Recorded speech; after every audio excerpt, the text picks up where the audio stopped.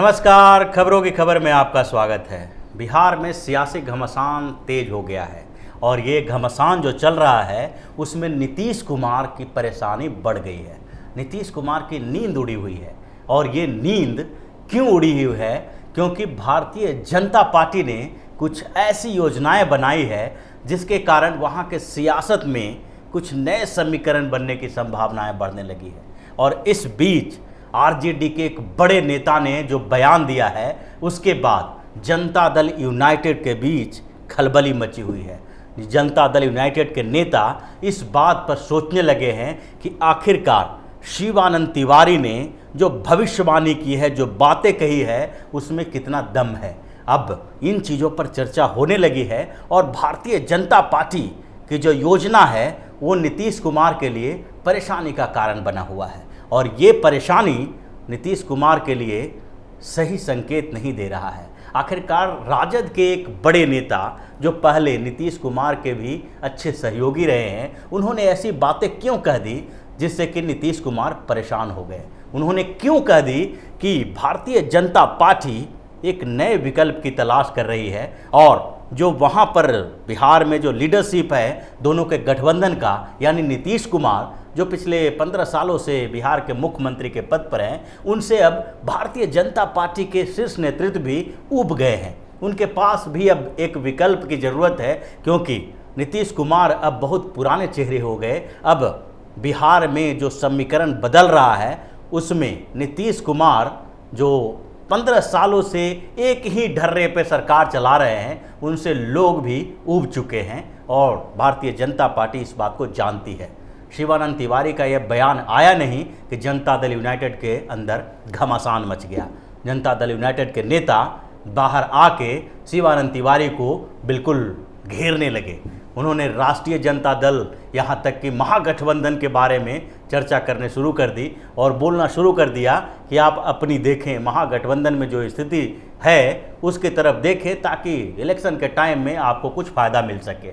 लेकिन शिवानंद तिवारी का यह बयान एक संकेत देता है कि बिहार में जो समीकरण है वो बदलने वाला है और भारतीय जनता पार्टी की ओर उन्होंने जो इशारा किया है उसके पीछे भी एक बड़ा कारण है। क्योंकि उन्होंने ये नहीं कहा कि भारतीय जनता पार्टी बिहार चुनाव में बहुत बुरी स्थिति में रहेगी। उन्होंने ये नहीं कहा कि भारतीय जनता पार्टी के पास चेहरा नहीं है और नीतीश कुमार को अगर भारतीय जनता पार्टी अपने से अलग कर लेती है तो उनकी कोई औकात नहीं रहेगी। उन्होंने सीधे हमला जो किया नीतीश कुमार के नेतृत्व पे किया कि नीतीश कुमार के अलावा अब किसी दूसरे को मुख्यमंत्री का चेहरा भारतीय जनता पार्टी बना सकती है। इसके पीछे एक बड़ा कारण है क्योंकि आरजेडी के अंदर इस बात की चर्चा हो रही थी बहुत पहले से ही कि जब तक नीतीश कुमार और भारतीय जनता पार्टी के साथ गठबंधन रहेगा तब तक बिहार में आरजेडी बहुत मजबूत स्थिति में नहीं आ सकती है। राष्ट्रीय जनता दल को अगर बिहार में के भविष्य के रूप में देखना है, अगर इनको देखना है कि अब फिर से कैसे सत्ता में आया जाए, तो इसके लिए ज़रूरी है कि नीतीश कुमार को गायब किया जाए। यानी नीतीश कुमार जब तक मजबूत स्थिति में रहेंगे तब तक राष्ट्रीय जनता दल कभी भी सत्ता तक नहीं पहुंच सकती। अगर सत्ता तक पहुंचती भी है तो उन्हें नीतीश कुमार का नेतृत्व स्वीकार करना पड़ेगा, जैसे पिछली बार हुआ। पिछली बार के चुनाव में आरजेडी और जदयू के बीच गठबंधन हुआ, कांग्रेस भी उस गठबंधन में शामिल थी, तो इन तीनों जो महागठबंधन बना उसके बाद उनकी सरकार बन गई। लेकिन सरकार बनने के बावजूद क्या हुआ? आरजेडी की स्थिति बिल्कुल वैसी ही रही जैसे दूसरे सहयोगी पार्टी की रहती है। नीतीश कुमार की स्थिति मजबूत ही रही और वो मुख्यमंत्री बने रहे। राष्ट्रीय जनता दल के दूसरे नेता तो बात छोड़ दीजिए, यहाँ तक कि तेजस्वी और तेज प्रताप यादव की स्थिति भी वैसे ही ढुलमुल रही और नीतीश कुमार कब्जा करके बैठे हुए थे। जैसे ही राष्ट्रीय जनता दल के नेताओं ने और लालू यादव, तेज प्रताप और तेजस्वी यादव ने अपनी स्थिति मजबूत करने की कोशिश की, नीतीश कुमार ने राजद का साथ छोड़ दिया और फिर से भारतीय जनता पार्टी के साथ चले आए। इस बात की चर्चा राष्ट्रीय जनता दल में होती रही है और इस चर्चा के कारण ही शिवानंद तिवारी ये कोई छोटे मोटे नेता नहीं है, बिहार के बड़े नेता हैं और लालू यादव के साथ साथ नीतीश कुमार के भी कभी नज़दीकी व्यक्ति रहे हैं। तो लालू यादव के एक निकटतम सहयोगी का ऐसा बयान इस ओर इशारा करता है कि राजद में भी इस बात की संभावना बढ़ रही है कि अब भारतीय जनता पार्टी बिहार में अकेले चुनाव लड़ सकती है। और बिहार में अगर अकेले चुनाव भारतीय जनता पार्टी लड़ती है तो उसके लिए कुछ विकल्प की तलाश करना जरूरी हो जाता है भारतीय जनता पार्टी के लिए। और वो उसमें से सबसे बेहतर विकल्प यही है कि राष्ट्रीय जनता दल और जनता दल यूनाइटेड यानी नीतीश कुमार और लालू यादव के बीच किसी भी स्तर पर गठबंधन न हो, क्योंकि दोनों के बीच गठबंधन होने से भाजपा कमज़ोर पड़ जाती है। दोनों ओबीसी के बड़े नेता हैं और उसके बाद लालू यादव और नीतीश कुमार के एक प्लेटफॉर्म पे आने के बाद मुस्लिम वोट भी एकजुट हो जाता है और फिर सारे जो समीकरण हैं बिहार के वो इन लोगों के पक्ष में चला जाता है।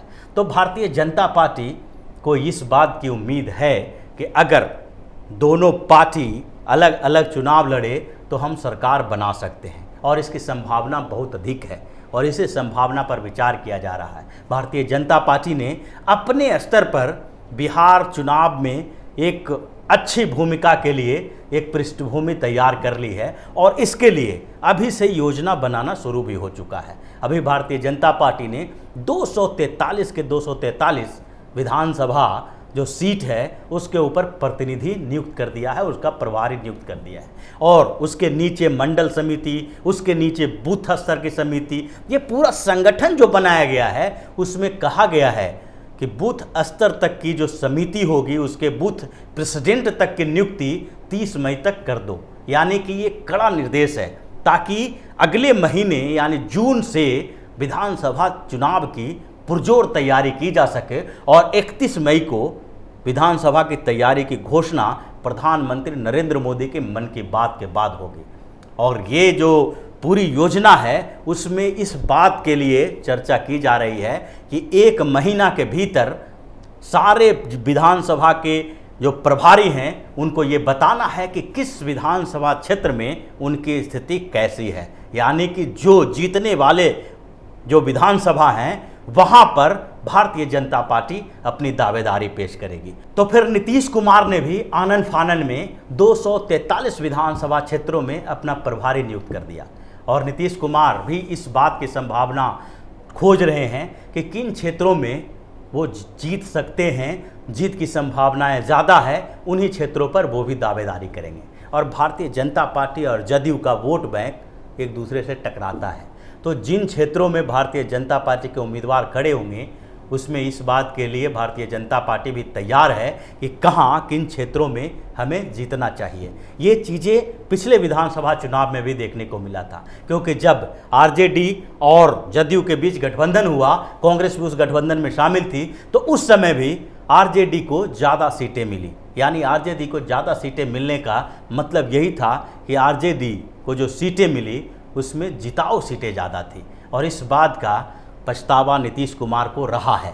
इस बात को वो सोचते रहे हैं कि कम सीटें मिलने के बावजूद जिस तरह से लालू यादव के पास कोई ऐसा चेहरा नहीं था, तो इसके कारण उन्होंने मुख्यमंत्री के तौर पर नीतीश कुमार को स्वीकार कर लिया। लेकिन भारतीय जनता पार्टी के साथ ऐसा नहीं होगा।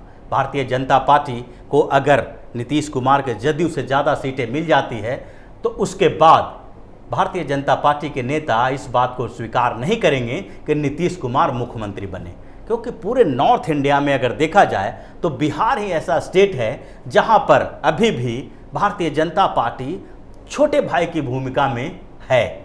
और अब इस बात के लिए चर्चा हो रही है, जो केंद्रीय नेतृत्व हैं वहाँ भी इस बात की संभावनाएं ढूंढी जा रही है कि जिस तरह से महाराष्ट्र में सालों लग गए, लेकिन उन सालों के मेहनत के बदौलत आखिरकार भारतीय जनता पार्टी ने शिवसेना को पीछे छोड़ दिया, उसी तरह बिहार में भी किसी न किसी तरह से एक बार मौका मिलना चाहिए और भारतीय जनता पार्टी का कोई मुख्यमंत्री होना चाहिए। और इस बात की संभावनाओं के साथ ही इस प्लान पर काम किया जा रहा है कि किन सीटों पर चुनाव जीतने की संभावनाएं ज़्यादा है। उसके लिए ये सारे चुनाव के जो प्रभारी हैं विधानसभा क्षेत्रों में जिनको प्रभारी बनाया गया है उनको अगले 1 महीने में इसकी रिपोर्ट देनी है। और ये भी रिपोर्ट देनी है कि जो वहाँ पर लोगों का गुस्सा है वो सरकार को लेके है या फिर भारतीय जनता पार्टी को लेके है। दोनों में अंतर है। भारतीय जनता पार्टी बिहार में सरकार का हिस्सा तो है, लेकिन सरकार नहीं है। सरकार में चलती है नीतीश कुमार की, और बिहार के सारे लोग इस बात को जानते हैं कि बिहार के मुख्यमंत्री नीतीश कुमार हैं, और भारतीय जनता पार्टी एक सहयोगी पार्टी है जिसकी चलती नहीं है। और इसलिए अगर सरकार के खिलाफ जो गुस्सा है और जो कोर वोट बैंक है भारतीय जनता पार्टी का, उसमें भी कुछ लोग अगर सरकार से गुस्सा हैं, तो उनके गुस्से को शांत करने के लिए क्या उपाय किया जा सकता है, पार्टी के स्तर पर किस तरह से एक प्रपोजल रखा जा सकता है, ताकि दोनों जो बिहार में भारतीय जनता पार्टी की स्थिति सरकार के कारण निर्धारित न हो, बल्कि उन्हें एक मजबूत आधार मिले और अगले चुनाव में अगर अकेले चुनाव लड़ने की तैयारी करनी हो तो भी वो कर सके। तो ये पूरी संभावनाएं जो है वो अब इसी ओर इशारा कर रहा है कि कहीं न कहीं नीतीश कुमार की परेशानी बढ़ने वाली है, और जो नीतीश कुमार का मुख्यमंत्री की कुर्सी है वो अब खतरे में दिखाई पड़ रहा है।